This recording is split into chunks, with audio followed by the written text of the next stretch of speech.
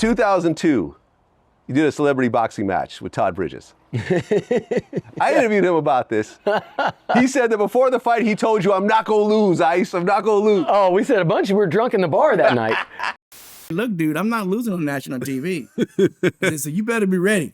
And that's when I was chunky, too. I was thick, and I was still mad at the world. I wasn't mad at the world, but I was still mad. And then what happened was I beat Vanilla Ice up, and then I was totally like depressed. I got boxer's remorse. It was terrible. And I was like, I don't want to do this anymore. And then I finally, I was able to fix those feelings and emotions too. And then it helped me, stay sober even longer. So we hung out till 2 a.m. laughing about the whole thing. It's all a joke, so we have to laugh about it. It's like neither one of us are boxers. We're here, and we both getting paychecks, ain't we? Right. Yeah, dog, let's just have some fun, okay? Shot. And we were with Tank Abbott. He was starting shit with everybody in the bar. He was trying to make a fight. Bro, I said, I got to get out of this bar. And it was in the hotel. We were all in the same hotel. Tank Abbott will create if you're in a bar with Tank Abbott, get ready for the biggest entertainment you'll ever see. He will freaking bar fight anybody. Oh, yeah, he's a UFC legend. It. Yeah. He straight up start the shit. He goes, find me the biggest guy in the fucking bar right now. See the guy over in the fucking corner over there? I'm gonna go fuck him up. Watch this shit. Tank, what a crazy dude, man. He's a legend himself, because we all know, Tank Abbott, right? Not personally, but I know who he is. Yeah. Remember the first UFCs? Oh, yeah, he was a wild man. Badass brawler, man. And he did that because they found him in the bar doing that. I went to my hotel room that night, and I'm not shitting you. I saw him leaving in handcuffs. I was with him in the bar. I went up to my hotel room, looked out the window, and there he was in handcuffs being handed out, taken out of the fucking same bar I was with him in. Crazy. Yeah. And then he calls me back, gets out, and not too long after that, and he says, I'm ready for the fight. Todd Bridges ended up winning.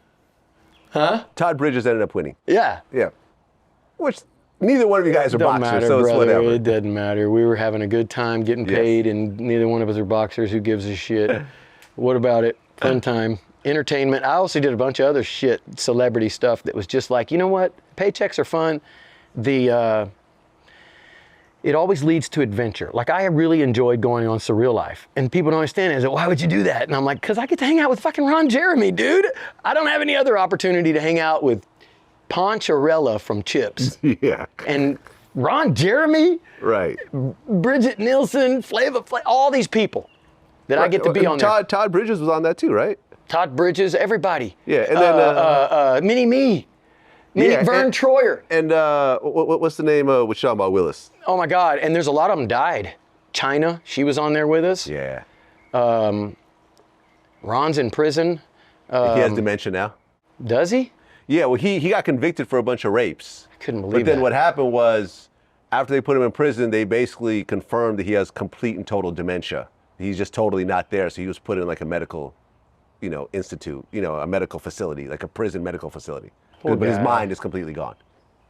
He was always a nice guy to me. I liked him. The other day I found something, man, it gives me goosebumps.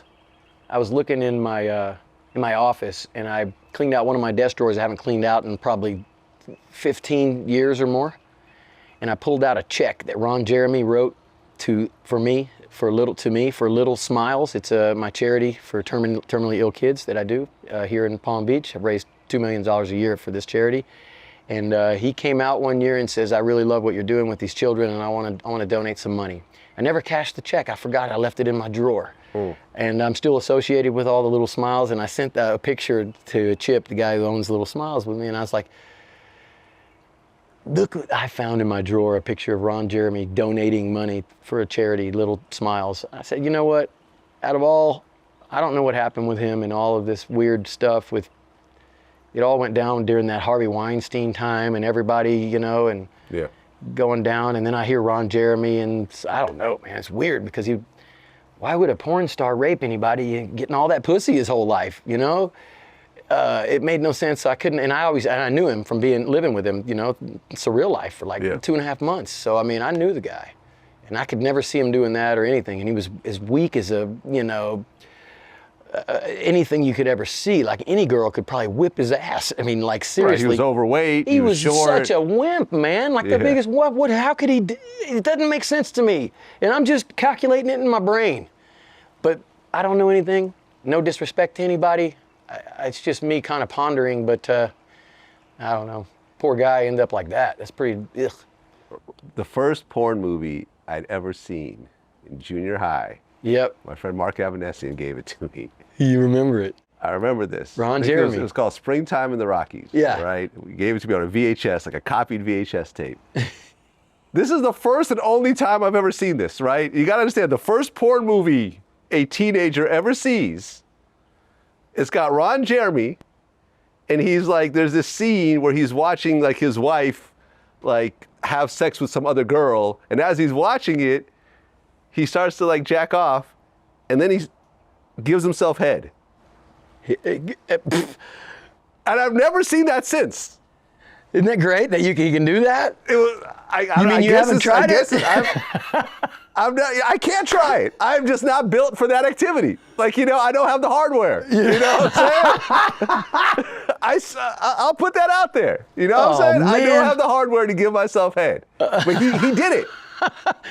You got to work And on. I've never seen that again. You got to work on stretching or work on stretching it. Well, you know, he's obviously was very long, and I guess he has like a short torso to go He's a along man with with a it. big cock. Yeah, everybody knew him. And you know what he told me? He always was like, you know how I could become so famous in porn? Why they kept asking for me to be with all the beautiful women?